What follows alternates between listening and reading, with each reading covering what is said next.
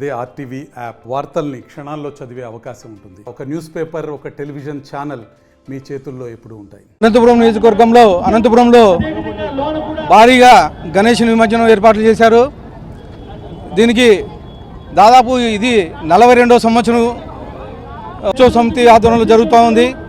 దీని ప్రత్యేకత ఏంటంటే ఒక్కొక్క సంవత్సరం ఒక్కొక్క గోపురం రూపంలో మండపాలు కట్టడం జరిగింది. ఈసారి ఉజ్జయిని మహంకాళి టెంపుల్ రూపంలో కట్టడం జరిగింది.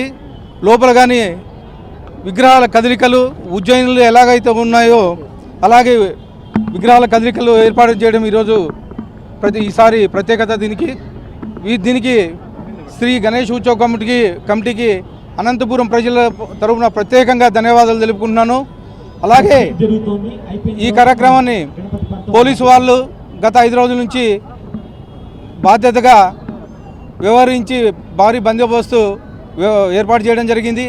ఎక్కడే కానీ ప్రజలు కానీ సహకరించాలి. ప్రతి ఒక్కరూ గణేష్ నిమజ్జనం పాల్గొని ఎక్కడ ఏ ఇబ్బందులు లేకోకుండా నిమజ్జనం అయిపోయిన తర్వాత ఇంటికి చేరుకోవాలని చెప్పేసి తెలియజేస్తున్నాను. 1983 నుండి అనంతపురంలో భారీ స్థాయిలో శ్రీ సామూహిక ఊరేగింపులు, శ్రీ వినాయక చవితి ఉత్సవములు నిర్వహించబడుతున్నాయి.